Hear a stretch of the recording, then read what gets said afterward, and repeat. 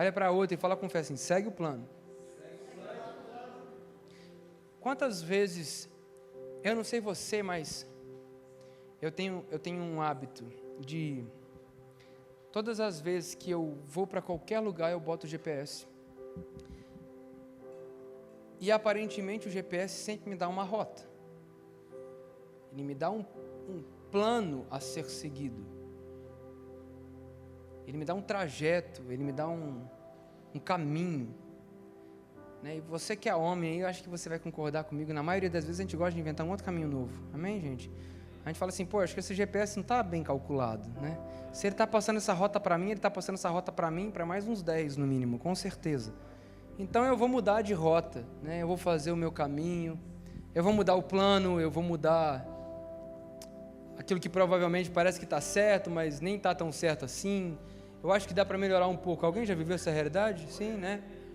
Ou talvez você fez até um plano de viagem, né? Para você que gosta de viajar, tem dois tipos de pessoa quando o assunto é viajar. Primeiro, aquele que faz todo o roteiro, né? Desde acordar às 6 horas, 6h15, todo mundo tem que estar tomando banho, né? 6h25, tomando café, 6h30, as malas estão dentro do carro, né? Aquela pessoa que tem uma planilha do Excel que está de 6 horas da manhã, né? Até 6 horas da manhã do outro dia, com tudo planejado que vai ser feito na viagem.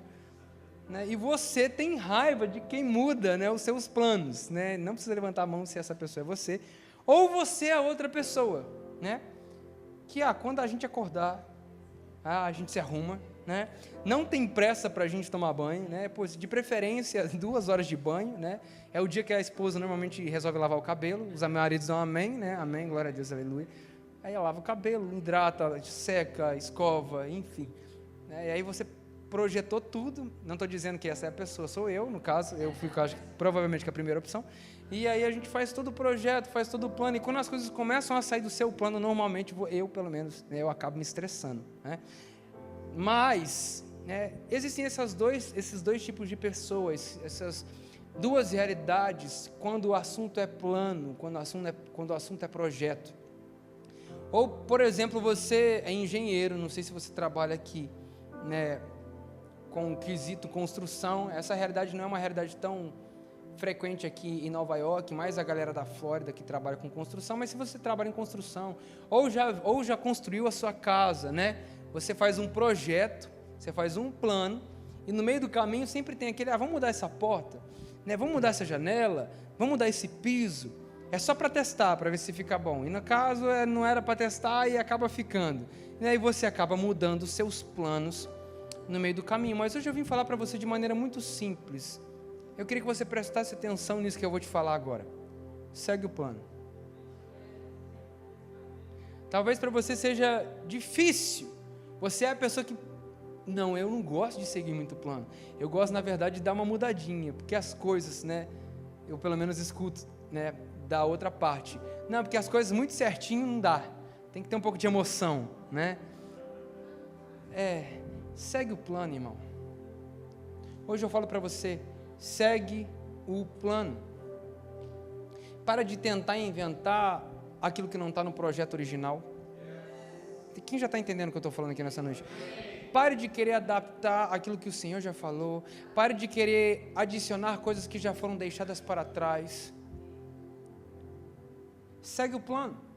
É engraçado porque quando a gente fala dessa realidade de projeto, de sonho, a gente precisa entender que tudo aquilo que acontece no reino natural é obviamente um reflexo daquilo que também existe no reino do Espírito. Quem está comigo, diga amém. Ou seja, nada foge da perspectiva do conhecimento de Deus. O nosso Deus, ele é onisciente. Quando algo acontece no reino natural, na verdade, já aconteceu no reino do Espírito. A gente precisa entender que o nosso Deus, ele é eterno. Para Ele não existe início de dias ou fim de dias. Para Ele, um dia é como 1000 anos e 1000 anos é como um dia. O nosso Deus, ele é atemporal. Ele é o Pai da eternidade. Ele gerou a eternidade. Para Ele não existe passado, não existe presente, não existe futuro. Para Ele é uma coisa só. E eu sei que é difícil a gente entender isso.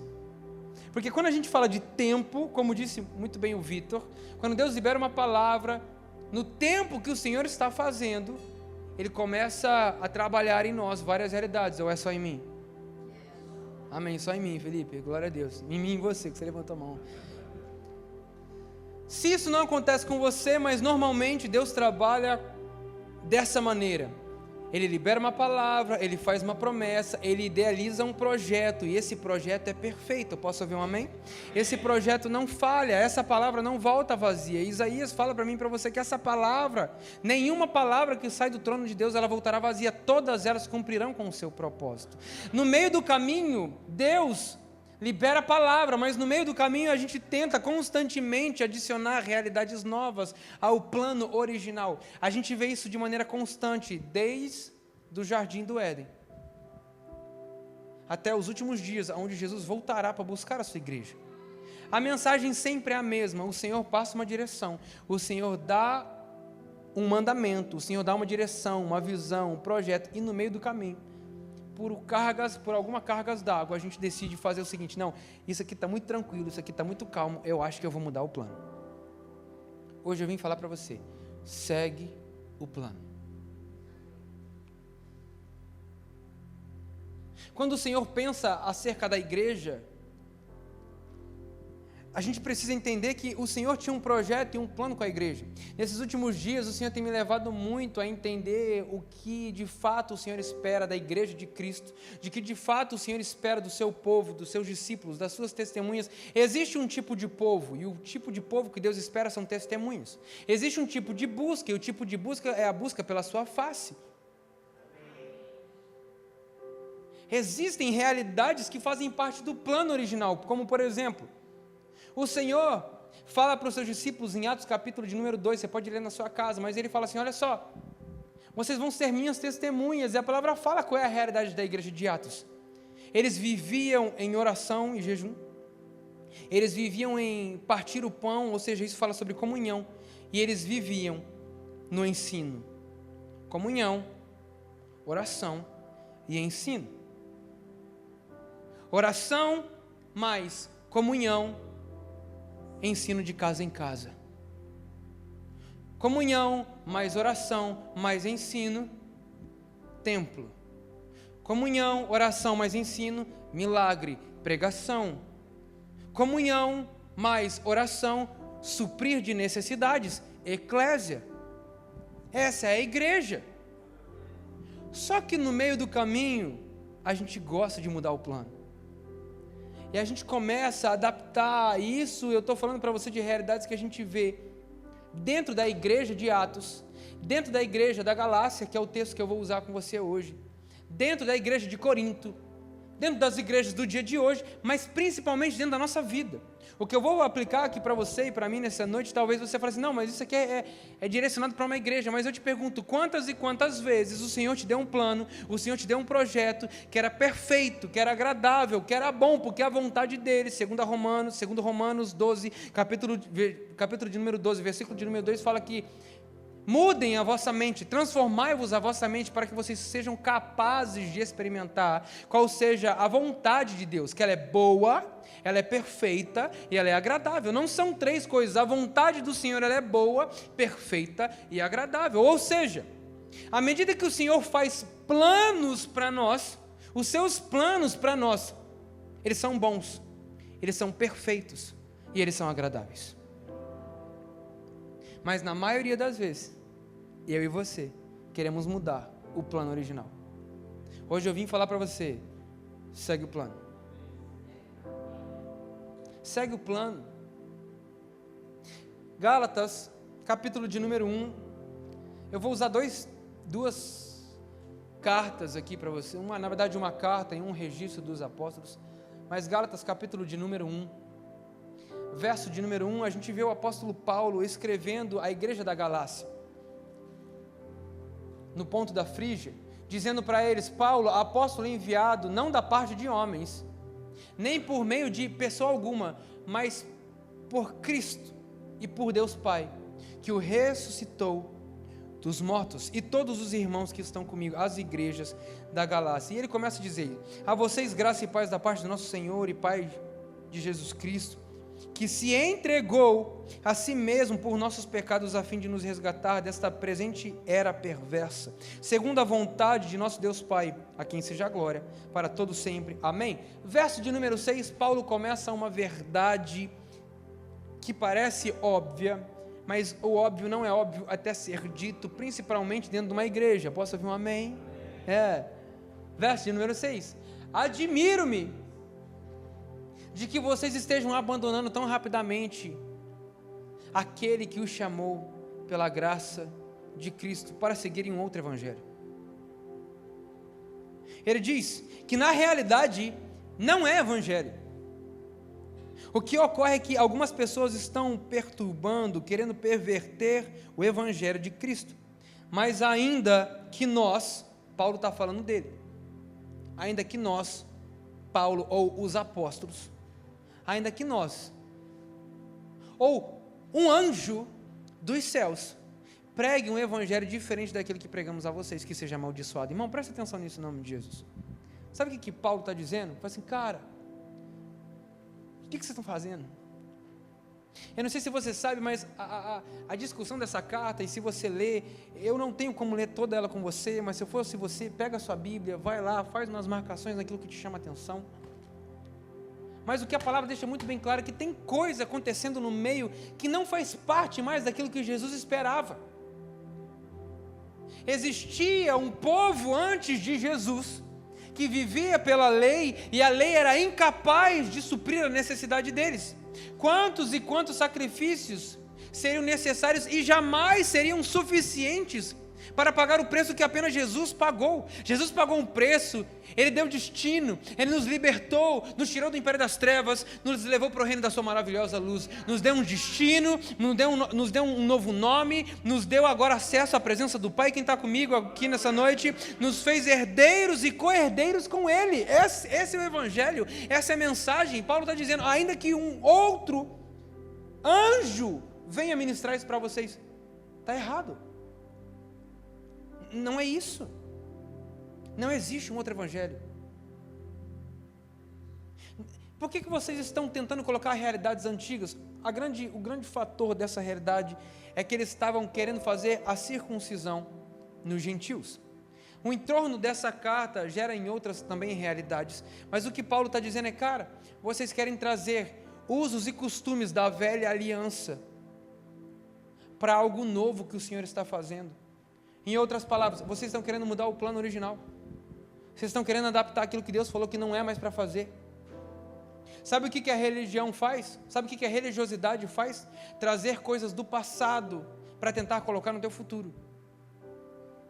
É isso aí, ninguém dá amém. Obrigado, Espírito Santo. O que a religião tenta fazer é trazer realidades do passado, tentarem se encaixar no teu presente ou no teu futuro. Ele está falando assim, não, a circuncisão não faz parte mais disso.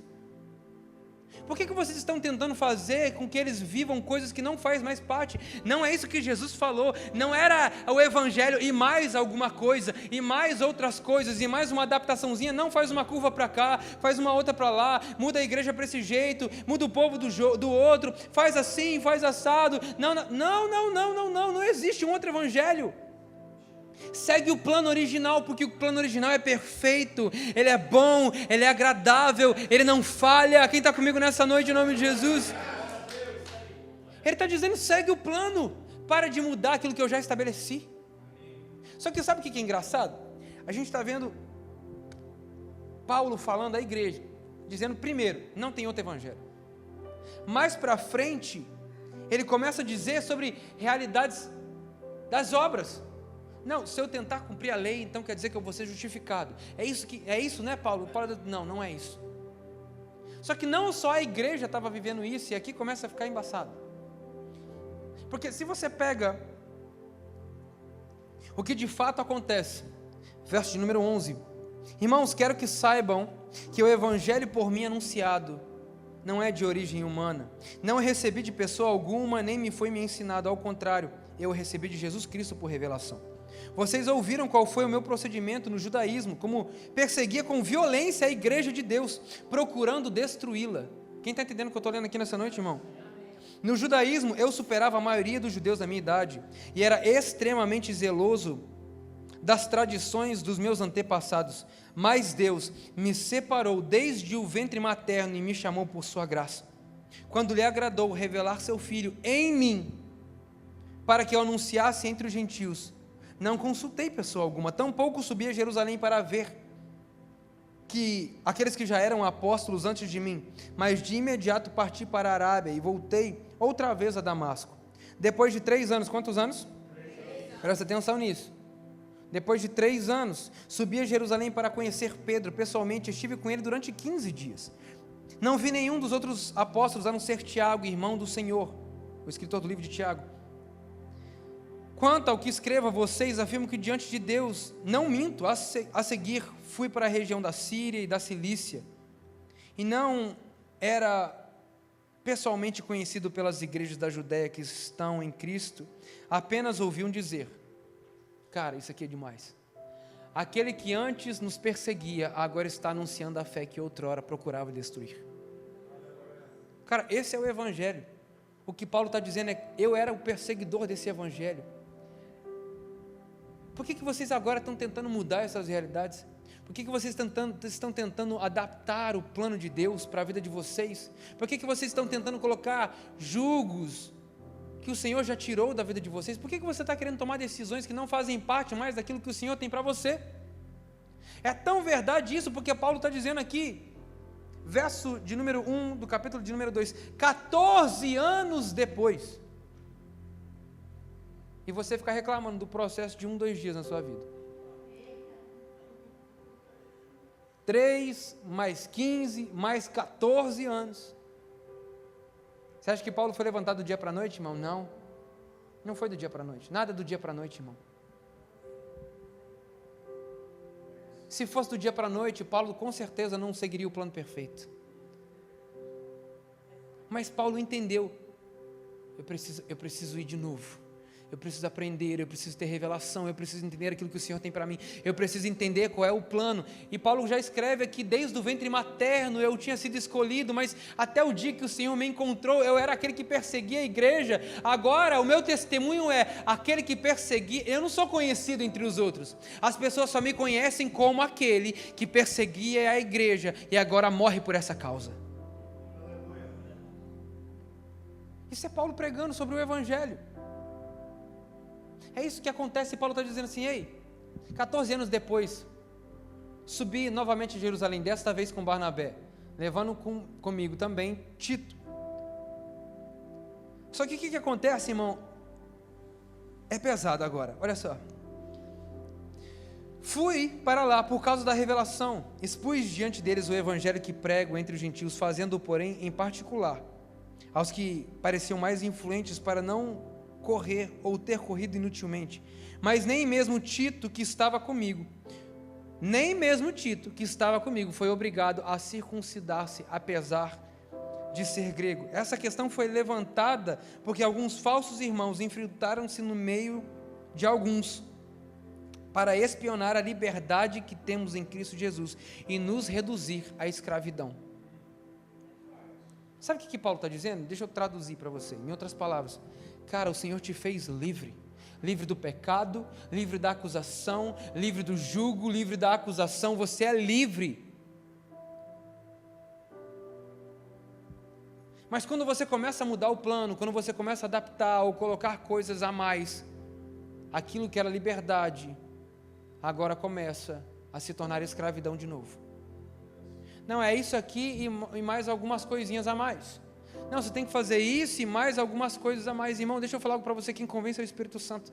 Eu posso estar pregando e falando e falando e falando. Quem vai convencer é o Espírito Santo do pecado, da justiça, do juízo. É Ele que pode transformar a sua vida, é Ele que pode mudar a sua história. Eu não posso, eu sou apenas um instrumento pela manifestação da glória de Deus. Quem faz a obra é o Senhor. Só que nós queremos colocar mais e mais e mais realidades, achando que é sobre mim, achando que é sobre você. Não é. Não tente mudar, não tente colocar o mais. O Senhor já libertou, Ele fala, tem alguns aqui que estão falando umas coisas que não tem nada a ver. E o problema é que você escuta todo mundo, você não vai para a palavra para ouvir o que Deus fala a seu respeito, ou o que Deus tem para você. Você não para. Antigamente se usava mapa, né? Lá no Brasil também usava, né? Eu não sou muito dessa época, mas tem muita gente aqui na América, né? Como diz aquele assim, once upon a time, né? Era uma vez, long time ago, né? Que as pessoas chegavam aqui, não tinha GPS, tinha que pegar o mapa da América assim, e o cara tinha que vir com o lápisinho traçando qual era a rota que ele ia fazer, né? Se você tem mais de 15 anos aqui na América, você com certeza vai falar amém, né? E sabe dessa realidade. Mas era assim que acontecia, tinha uma rota, tinha um plano.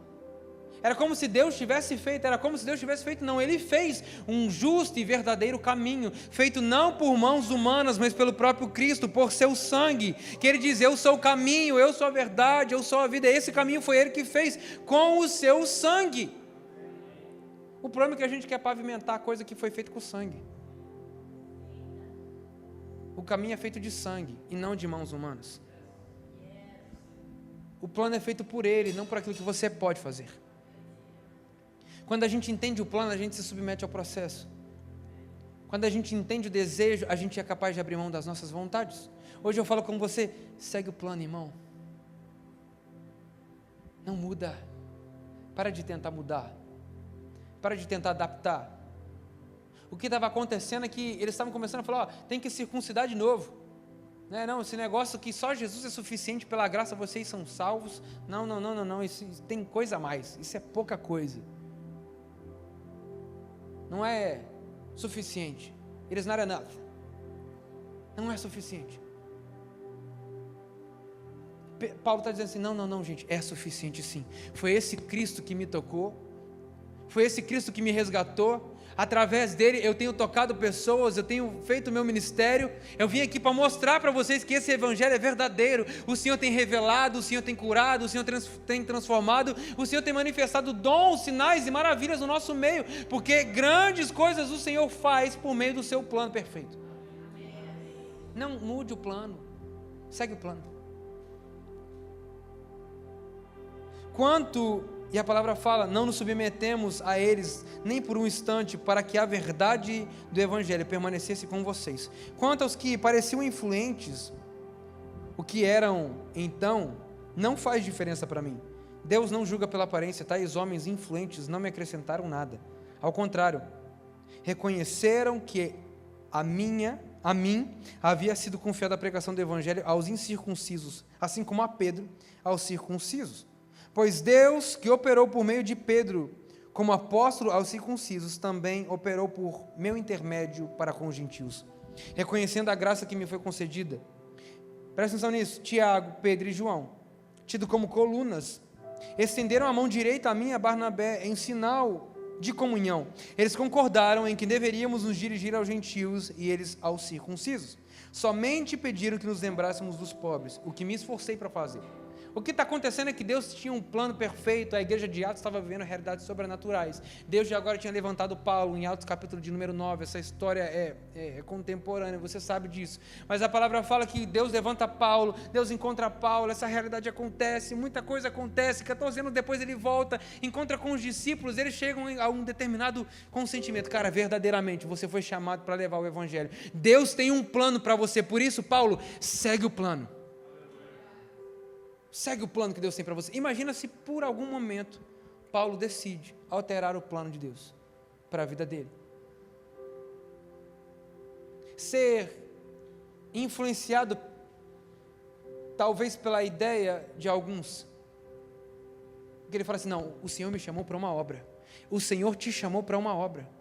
Vou falar de novo para ver se você fala um amém no teu lugar, em nome de Jesus, me ajuda a pregar. O Senhor te chamou para uma obra, segue o plano do Senhor para a tua vida, deixa de ouvir outras vozes, outras realidades, permaneça firme com a palavra, porque tudo aquilo que o Senhor tem para você, vai se cumprir, à medida que você segue completamente aquilo que o Senhor tem para você em obediência. Paulo tinha um chamado, Paulo tinha um plano entregue por Deus para ele, e o que acontece é que, no verso de número 11, quando porém Pedro veio a Antioquia, enfrentei-o face a face, irmão, e esse enfrentei, no inglês é against, ele literalmente enfrentou, essa expressão também é usada para enfrentar as trevas, essa mesma palavra no hebraico e no grego é usada para enfrentar, tanto de enfrentar o mal. Entende o que eu estou falando? Paulo enfrentou a Pedro. Eu estou falando Paulo enfrentando a Pedro. Face a face. Por sua atitude condenável. Como assim? Pois antes de chegarem alguns da parte de Tiago, ele comia com gentios. Quando, porém, eles chegaram, afastou-se e separou-se dos gentios, temendo os que eram circuncidados. O que Paulo fala assim: ei Pedro, o que é isso aqui que você está fazendo? Você está fazendo distinção? Você não está entendendo que agora só existe um Israel de Deus? Eu estou falando do discípulo Pedro. E tu és Pedro, sobre essa pedra estabelecerei a minha igreja. Você está comigo aqui, irmão? Pedro, um dos pilares da igreja. Por algum motivo, por talvez influência, talvez pelo meio, tentou dizer assim: ah não, aqui eu posso ser desse jeito, mas aqui eu posso mudar um pouquinho aquilo que Deus tinha, né? Nessa mesa eu sento, mas quando o pessoal chegar eu preciso, né, fingir que está tudo certo. Eu posso mudar. Muda o plano um pouco, vamos fazer uma distinção, eles não vão sentir. Paulo fala assim: você está ficando maluco, cara?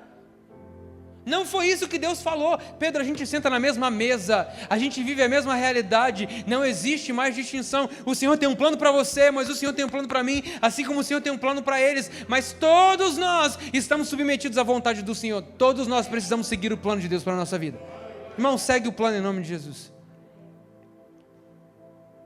Pedro, para de querer colocar sobre eles um jugo que não existe, um peso, um fardo que não existe. E ele começa a confrontar Pedro. Você pode ler na sua casa, mas ele fala que os demais judeus também se uniram a ele nessa hipocrisia, de modo que até Barnabé se deixou levar. Irmão, calma aí, agora já está complexo, porque até quem estava com Paulo começou a ser influenciado.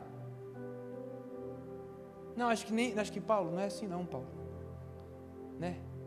Agora que o pessoal chegou, Paulo está falando assim: que isso, cara? Não muda aquilo que o Senhor já estabeleceu. Não tenta colocar sobre eles um jugo que não existe. Quem está entendendo o que eu estou falando aqui nessa noite?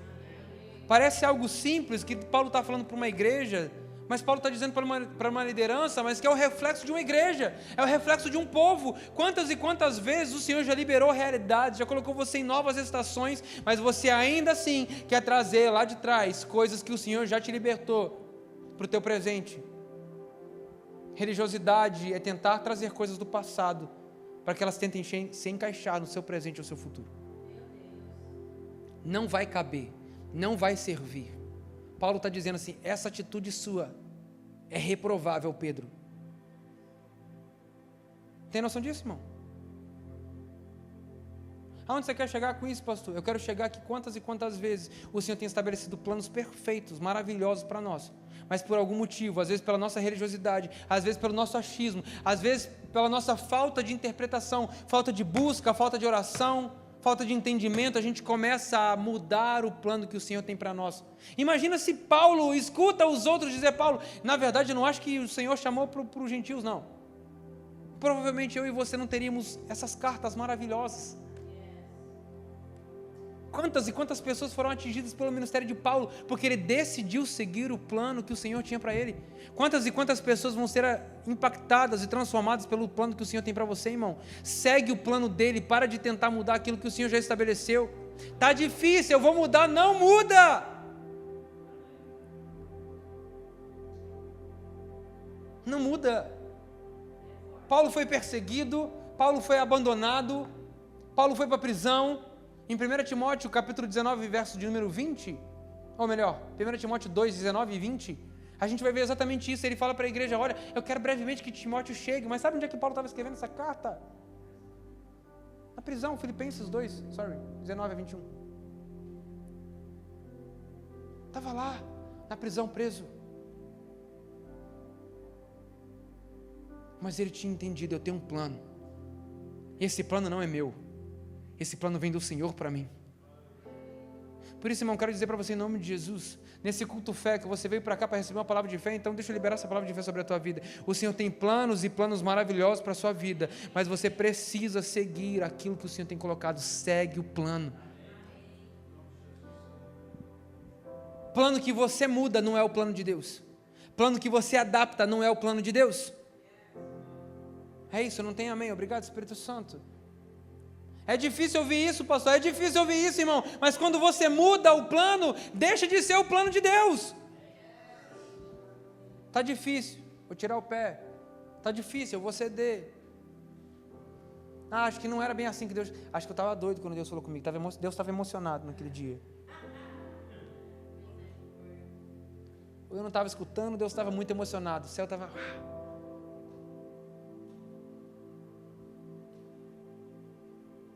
Isso acontece na igreja de Gálatas, mas se você vai para Atos, capítulo de número 15. Quem está comigo ainda, diga amém. Amém. Fica só mais um pouquinho comigo, em nome de Jesus.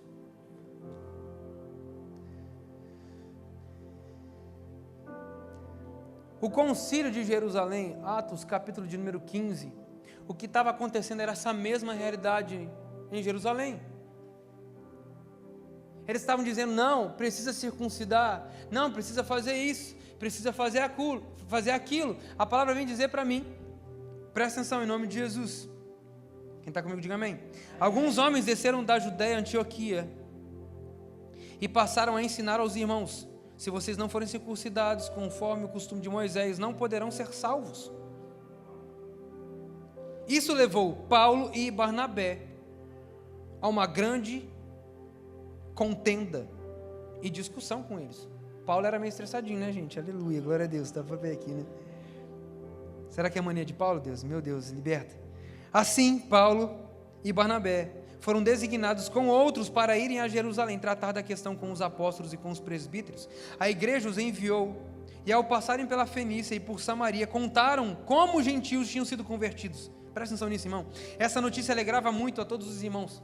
O que eles estavam dizendo, cara, Deus tem um plano. Vocês estão tentando colocar coisas sobre eles que não existem. Deixa eu contar o testemunho daquilo que o Senhor está fazendo. Irmão, deixa eu falar para você em nome de Jesus. Quando você está disposto a seguir a visão, quando você está disposto a seguir o plano, sinais, maravilhas e prodígios acompanharão aqueles que creem.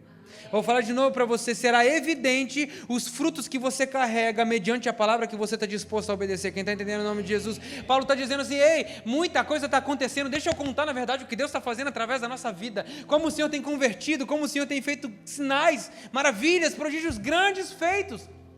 E a palavra fala que eles ficaram felizes por ouvir essa realidade. Chegando a Jerusalém, quem está comigo ainda, diga amém. Então, verso número 5, então se levantaram alguns do partido religioso dos fariseus.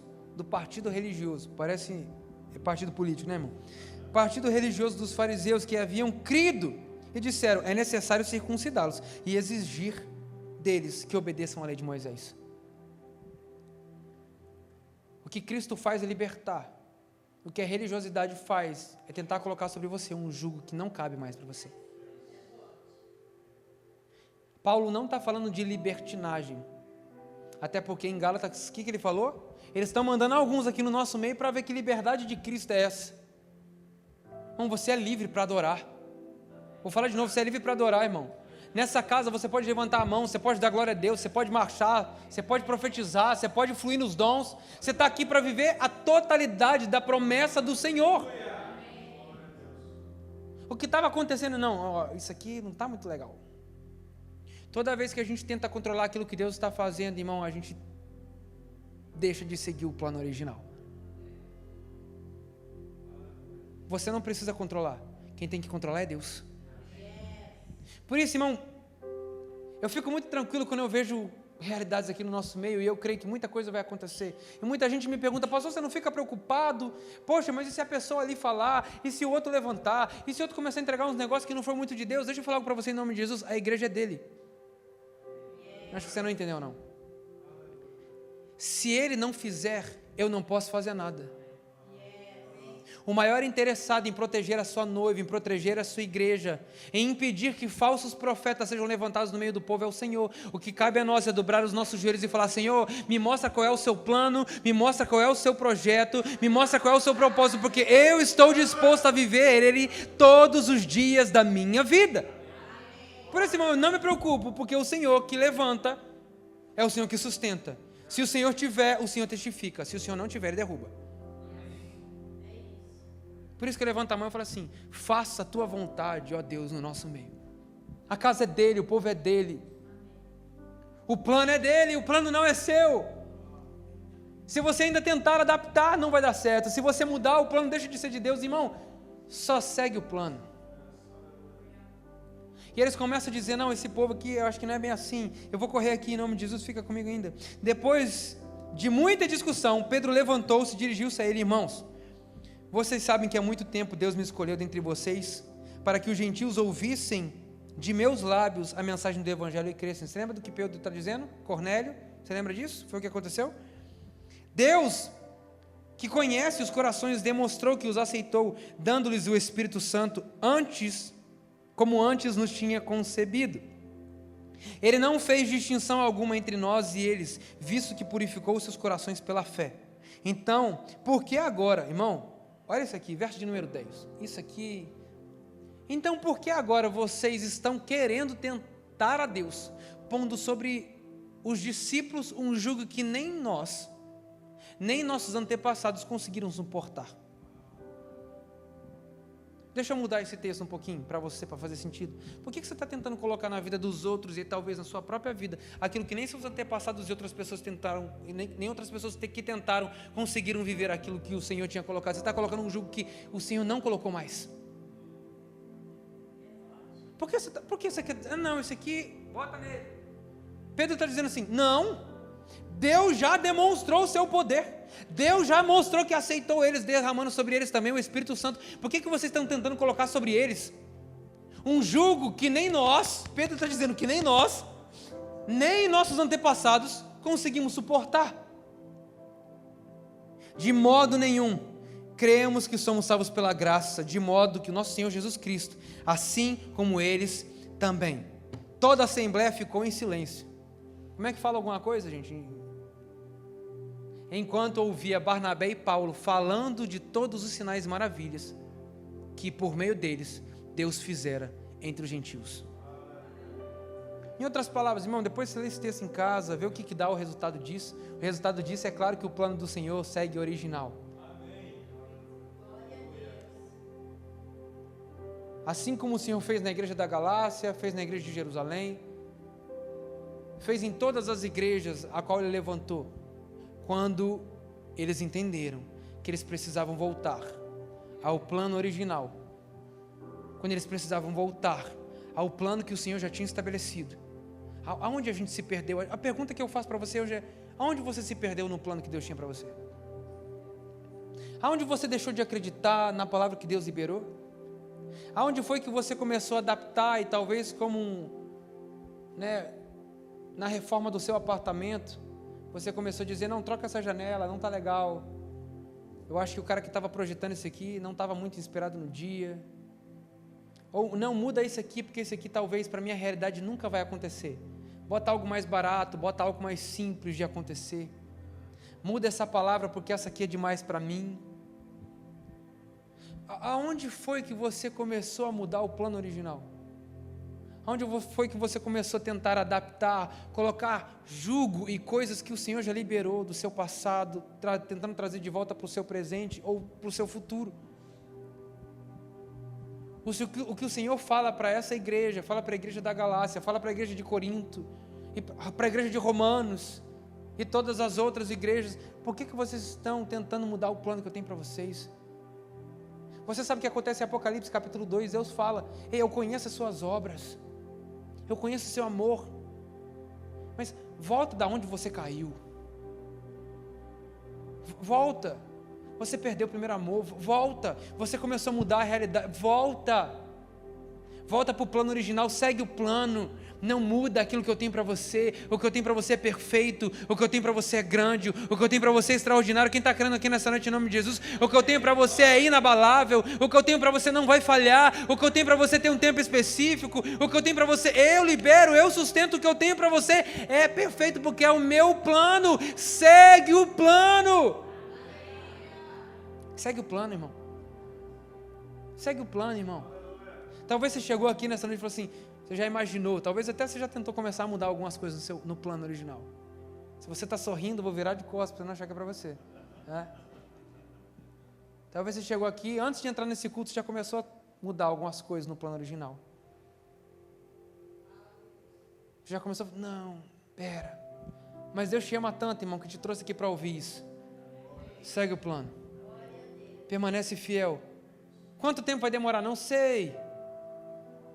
Não importa. Mas o povo vai levantar e vai dizer assim, Paulo, não, na verdade não era isso. Paulo fala assim, não, é isso sim, deixa eu te contar o que Deus está fazendo. Não, Pedro, não é isso, é sim, lembra que o Espírito Santo já foi derramado sobre eles. Paulo e Barnabé falam assim, não, calma, deixa eu contar para vocês, e mais para frente você vê até Silas falando.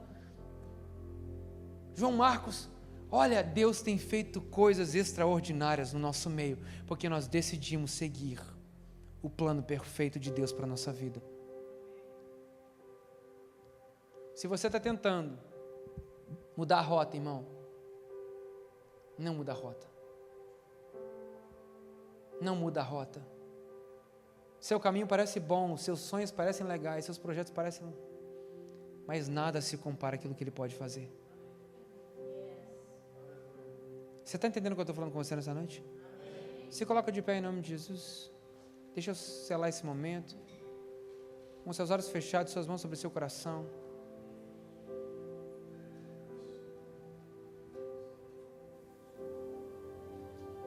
Pode permanecer nisso.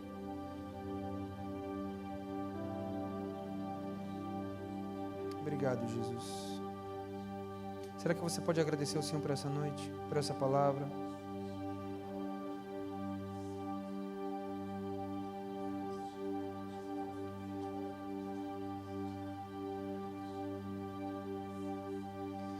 Eu sinto de você fazer essa oração nessa noite de maneira muito sincera, irmão. Talvez você começou a mudar planos. Você tentou adaptar esses planos. Mas o Senhor está dizendo, filho, meu plano é perfeito. Não precisa da sua ajuda, não precisa da sua adaptação. Eu tenho mandado, eu vou sustentar. Eu tenho dado direção. Meu plano é perfeito. Você acabou de acompanhar uma das nossas mensagens. Eu quero aqui deixar mais 2 opções de mensagem para você, que eu tenho certeza que vão tocar na sua casa, na sua família e na sua vida. Vai aparecer aqui do lado, você pode clicar, eu tenho certeza que você vai ser abençoado com isso. Quero também convidar você a se inscrever no nosso canal, ativar o sininho da notificação para você não perder nada daquilo que temos vivido. E se você de alguma maneira quer fazer parte daquilo que temos vivido como igreja local, eu quero convidar você a lançar a sua semente. Vai aparecer aqui também um QR Code que você pode lançar a sua semente. Faça a sua parte, venha viver tudo aquilo que Deus tem feito nessa igreja e através dessa igreja nessa cidade. Que Deus abençoe a sua vida. Lagoinha, Nova York. Welcome to the Nun.